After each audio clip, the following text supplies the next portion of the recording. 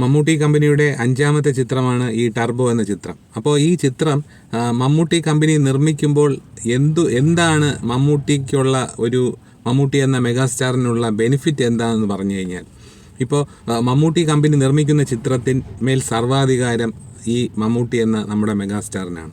കാരണം ഇപ്പോൾ പുറത്തുള്ള ഒരു നിർമ്മാതാവ് ഒരു കഥയുമായി സമീപിക്കുമ്പോൾ, ആ കഥയുമായി വരുമ്പോൾ ആ കഥയുമായി ചേർന്ന് സഹകരിക്കാൻ നിർബന്ധിതനാവുകയാണ് ഇദ്ദേഹം, മമ്മൂട്ടി എന്ന മെഗാസ്റ്റാറിന് ചെയ്യാൻ കഴിയുന്നത്.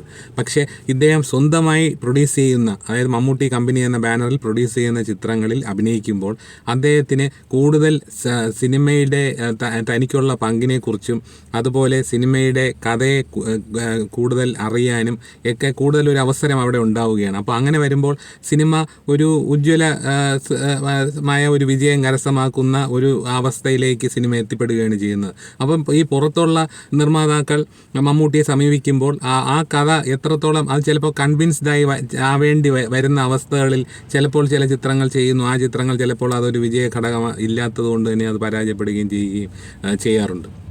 അപ്പോൾ എൻ്റെ ഒരു അനാലിസിസ് എന്തെന്ന് വെച്ചാൽ, ഇപ്പോൾ സ്വന്തം പ്രൊഡക്ഷൻ കമ്പനി ആകുമ്പോൾ എന്തായാലും കഥ തിരഞ്ഞെടുക്കുന്ന കാര്യത്തിലും തനിക്ക് ഇണങ്ങുന്ന കഥാപാത്രം ചെയ്യുന്നതിലും ഒരു സ്വാതന്ത്ര്യം എന്തായാലും ഈ പ്രൊഡക്ഷൻ ഹൗസിൻ്റെ ഉടമയായ ഈ നടന് ഉണ്ടാവും എന്നുള്ളതാണ് എൻ്റെ ഒരു കണ്ടെത്തൽ. നമ്മുടെ മെഗാസ്റ്റാറായ മമ്മൂട്ടിയും വൈശാഖും ഒന്നിക്കുന്ന 3ാമത്തെ ചിത്രമാണ് ഈ ടർബോ എന്ന ചിത്രം.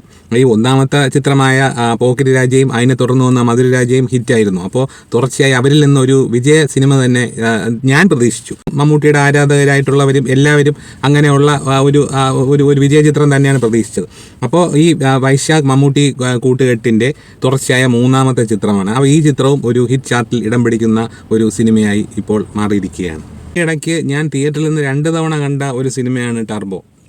ആ സിനിമ കാണാനുണ്ടായ സാഹചര്യത്തെക്കുറിച്ച് ഞാൻ ഇതിനു മുമ്പ് ചെയ്തൊരു വീഡിയോയിൽ പറഞ്ഞിരുന്നു. കാര്യം, ഈ സിനിമ ഞാൻ റിലീസ് ദിവസത്തിൻ്റെ തൊട്ടടുത്ത ദിവസം കാണാനായി ഞാൻ പോയപ്പോൾ തിയേറ്ററിൽ നിറച്ച ആളുണ്ടായിരുന്നു. സിനിമ കാണാൻ നല്ല ക്രൗഡും അതുപോലെ തന്നെ സിനിമ കണ്ട് ആസ്വദിക്കുന്നവരും ഒക്കെ അവിടെ ഉണ്ടായിരുന്നു. ഒരു ജനത്തിരക്കുണ്ടായിരുന്നു.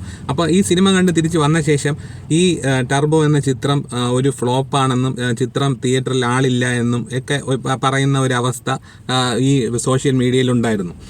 സിനിമ ഇറങ്ങി ഒരു 3-4 ദിവസം കഴിഞ്ഞിട്ട് ഞാൻ വീണ്ടും അതേ തിയേറ്ററിൽ തന്നെ സിനിമ കാണാൻ പോയി.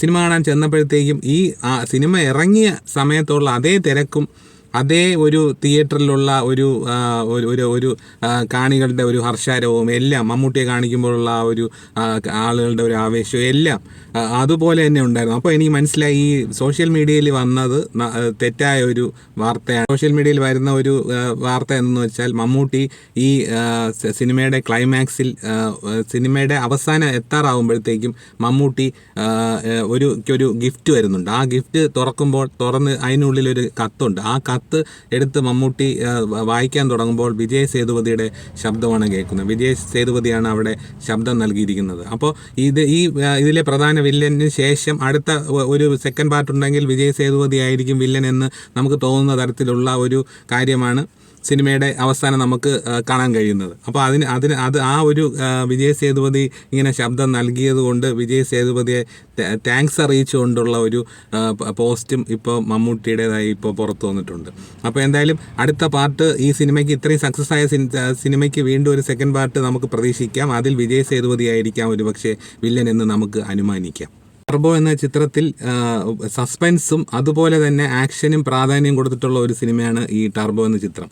അതുകൊണ്ട് തന്നെ ഇപ്പോൾ ഞാൻ 1-2 തവണ തിയേറ്ററിൽ നിന്ന് ഈ ചിത്രം കണ്ടുവെങ്കിലും ഈ ചിത്രം വീണ്ടും കാണുവാൻ എനിക്ക് ആഗ്രഹമുണ്ട്. കാരണം ആ സിനിമയുടെ ആക്ഷൻ രംഗങ്ങൾ തന്നെയാണ് അതിന് കാരണം. അതിനകത്ത് ഒരു കൊലപാതകമുണ്ട്. ആ കൊലപാതകത്തെക്കുറിച്ച് ആരാണ് ഇതിന് പിന്നിൽ എന്ന് അന്വേഷിക്കുന്നു. അപ്പോൾ അവിടെ ഒരു സസ്പെൻസ് ഉണ്ട്. അപ്പോൾ നമ്മൾ ഒരു പ്രാവശ്യം സിനിമ കാണുമ്പോൾ നമുക്ക് മനസ്സിലായി കഴിഞ്ഞു അത് ആ കൊല ചെയ്തത് ആരാണ് എന്നുള്ളത്. പക്ഷേ ആ സിനിമ ആ ഒരു സസ്പെൻസ് ഉള്ളപ്പോൾ തന്നെ നമ്മൾ വീണ്ടും കാണുവാൻ ആഗ്രഹിക്കുന്നുണ്ടെങ്കിൽ ആ സിനിമയുടെ എന്തെങ്കിലും ഒരു ഘടകം നമ്മുടെ ആ സിനിമ കാണാൻ പ്രേരിപ്പിക്കുന്നത് കൊണ്ടല്ലേ. അപ്പോൾ ആ സിനിമയ്ക്കുള്ളിൽ ഞാൻ കണ്ട പോസിറ്റീവ് എന്ന് പറയുന്നത് മമ്മൂക്കയുടെ ഒരു കിടിലൻ പെർഫോമൻസ് എന്നുള്ളത് ഒന്ന്. രണ്ടാമത്തെ കാര്യം ആ സിനിമയുടെ ആക്ഷൻ സീക്വൻസുകൾ. എനിക്ക് ആ കാർ ചേസ് വീണ്ടും കാണണമെന്ന് തോന്നുന്നുണ്ട്. അതുകൊണ്ട് വീണ്ടും ഞാൻ ഒരുപക്ഷെ വീണ്ടും ആ സിനിമ കാണാൻ പോയേക്കാം. അപ്പോൾ അതിനു വേണ്ടി നമ്മളെ പ്രേരിപ്പിക്കുന്ന ഘടകങ്ങൾ ആ സിനിമയിൽ ഉള്ളതുകൊണ്ട് തന്നെയാണ് ആ സിനിമ ഇപ്പോഴും തിയേറ്ററുകളിൽ നിറഞ്ഞ് ഓടിക്കൊണ്ടിരിക്കുന്നത്. മെഗാസ്റ്റാർ മമ്മൂട്ടിയുടെ ടർബോ എന്ന ചിത്രം 100 കോടി ക്ലബിൽ എത്തിയാൽ അതിശയിക്കാനൊന്നുമില്ല.